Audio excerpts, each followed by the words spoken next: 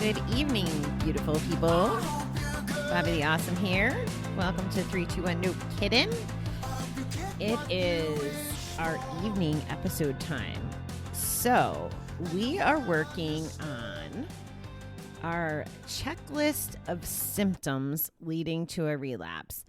So these are indicators that may show up in our behavior or our actions that kind of indicate, okay, we might be setting ourselves up to go bed again.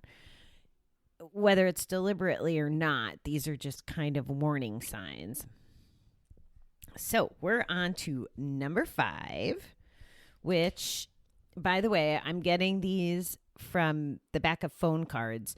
We used to do this in Kansas City. I loved this premise. We would have a meeting just about this list, and you could pick whichever one you wanted and just share. And I love that dynamic because I got to learn so much from that. So hopefully you're getting some value too. Okay, so tonight, and this is, wow, this one's a pretty, I don't want to say common, but I think that maybe more folks are experiencing this now than ever. It's depression, which unreasonable and unaccountable despair may occur in cycles and should be dealt with and talked about. I will say there has been just a beautiful outpouring of experts and celebrities, even like people are addressing this. I saw the most disheartening thing on Facebook yesterday, and I don't know all the details. And yes, I'm sorry, I don't watch the news. So you get all my Facebook updates and what hits me. And even that's becoming a full-time job that I don't have time for. At any rate, one of my friends had posted a photo of what you would call, I guess, a memorial or a shrine. And it was photos of a fella and flowers and stuff. And he said that that was his third friend that had committed suicide since Corona started. And I know we've covered some aspects of suicide. I've had multiple guests on here that have attempted suicide or had suicidal ideation. It comes with it comes with the addictions, really, and independent of them too. I mean, when Odile spoke about it, she wasn't talking about it from an addictive perspective. So it's really scary, and it's really common. And I was reading some really staggering statistics today. So when I was saying that, celebrities and stuff are doing a much, that people are talking about this stuff. One of the people I was referring to is Dr. Amen. And of course, I'm sure there's a lot of other people that are outside of my circle, but Dr. Amen is one of my, I just love him. I read his books, and his beliefs and the way he teaches stuff, I don't know, it just resonates with me. And I'm trying to pull up an email from him earlier that'll tell you some of these stats because, okay. So here's the email's title was, "Are you ready for the next pandemic?" Is that scary? "The next epidemic will be a mental health pandemic. While most people are focusing on ways to fight corona, few are prepared for the other pandemic that's already spreading more rapidly around the nation and the globe, which is the mental health pandemic." So we've kind of already been dialed into that. We're aware of it. Chances are, for listening to this, either ourselves or a loved one are experiencing mental health issues. And I guess that's part of what I loved having Neil on when he, his show's name is Mind Fit. So instead of having mental health issues negative way, how about we have healthy mental head, make our mind fit. So anyway, some of the stats that Dr. Amen shared with us this morning was 45% of Americans say the coronavirus is impacting their mental health. There's a 34% jump in prescriptions for anti-anxiety medications since the pandemic started. A 19% increase in prescriptions for antidepressants. A sharp rise in calls to suicide hotlines. And then it ends with healthcare workers are being traumatized. And an ER doctor in New York who was treating patients with COVID died by suicide. These are just his call outs to kind of talk about what's happening. And I don't think he would mind me, sharing his information because he's a believer. He wants us all to be brain warriors. And he wants us to educate each other and share. I mean, he just did a free 6-week challenge not too long ago. And he's really an advocate for making sure that we have the right information to make the right decisions. Like, I never would have connected the dots on something as simple as what we eat impacts our brain, or that our brain is made up of fats. So it's important to have fats in your diet. That's why some people who talk about keto and having clarity and stuff, you're essentially feeding your brain what your brain wants and what your brain needs. And Dr. Amen recently, I can't even talk. He recently launched a book that has to do with mental health specifically. And I can't find the name of it right now. But anyway, Dr. Amen, like how you would spell amen if you were in church. My goal is someday, like, he's obviously way more famous than most of my social circle, but I have a Post-it on my wall that says that I will interview him someday. So I am going to bring him to you guys. I haven't figured out how yet, but I will, because I believe in his message so much, and I know that he would want to help you and serve, because that's just the kind of man he seems to be.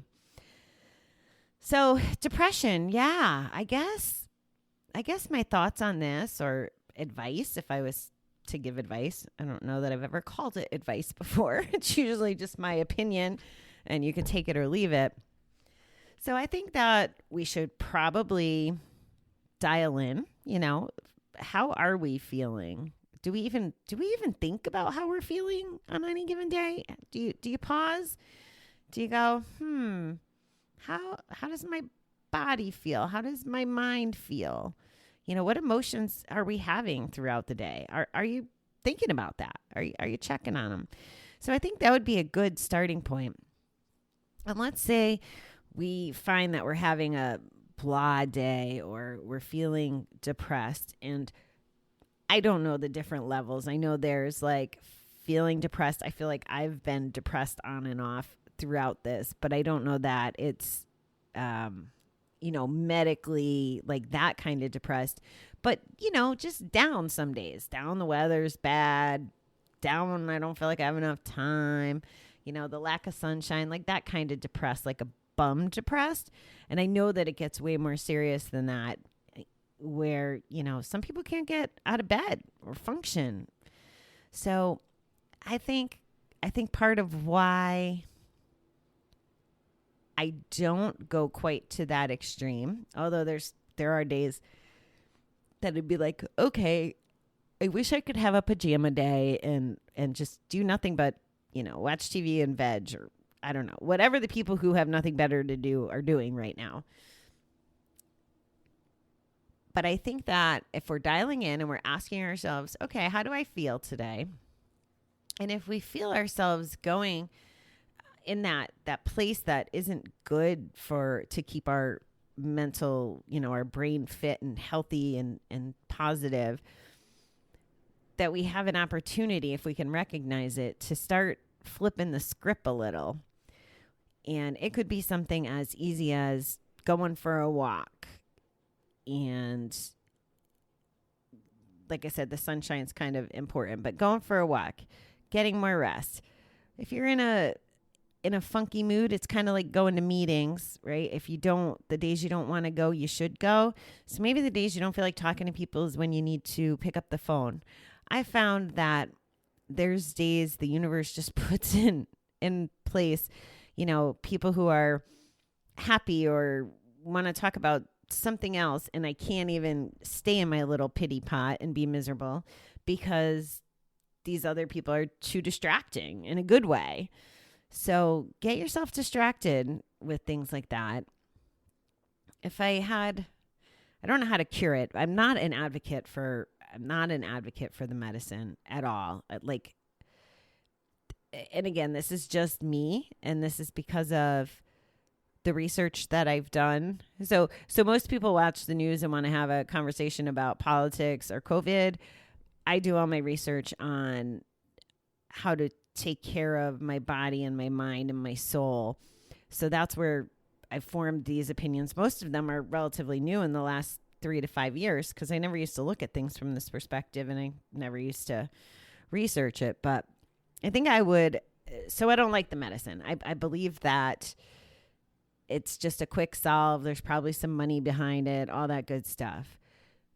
I do believe in nutrition and rest and exercising our brain, and even the stuff that we look at through our step work, if we're choosing to do that, or just self-improvement in general.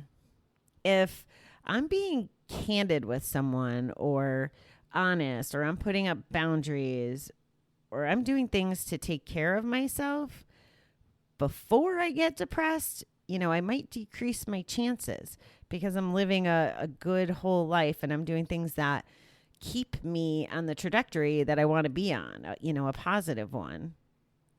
There's still some thoughts that swirl in my head that are not positive, beautiful, amazing thoughts. They creep in, and it's one of those things that I'm learning to try to understand and fix or evolve. I can't control what shows up in my head, but I need to control how I deal with it. So we can put this in the context of a pandemic or an ex or a work situation or future stress even. The ideas can creep in our heads. It's like Sunday night, right? It starts creeping in. Oh, I got to go to work in the morning. I got to pack my lunch. I got to lay out my clothes, blah, blah, blah. All this stuff is just creeping in because it's normal or whatever. You have an opportunity then, if you can learn to slow down and feel and understand what's happening or see what's happening, learn yourself when this, instead of it becoming now stress on a Sunday night, maybe it's, yay, I get to go to work tomorrow, get the stuff done early so that you can chill out. Or if you're in the practice of things like a miracle morning, maybe you get up and you do your miracle morning and you've left yourself enough time to pack the lunch or the clothes. But like reframing it, like, wow, I'm so lucky to have a job to go to tomorrow. Wow, I'm so lucky when the world opens back up. I'm so lucky I have to put pants on today to go to my job that I'm lucky to have. So reframing, I think, is what they call it. And again, if that thinking can just give you that shift that points you more in the direction of positive energy, instead of, it's so easy once we get in that dark space for it to just spiral and get worse and worse and darker and deeper and deeper. And it's so hard to get out of when you're to that level of deep, right? So let's see if we can nip it in the bud, for lack of a better word, like recognize what we're feeling and start applying some healthier tactics and strategies before we go down that rabbit hole of darkness. And the context of all this depression stuff was, is it a sign of relapse? So absolutely, or a symptom of a potential relapse coming. I keep messing up that words, that verbiage. But yeah, if I'm sad or depressed and miserable, where better to go to drown out and numb out all those feelings than either a casino or even a game of poker. Say there's might be people around, but the focus is changed. So just as easily as we could change our focus and drown ourselves into gambling or drinking or whatever, we could just as easily, I want to say, from a choice perspective, maybe it takes practice, we could just as easily find a healthy thing to do. Like I said, going for that walk, picking up that friend. Maybe it's, I'm going to have a food addiction person on here eventually.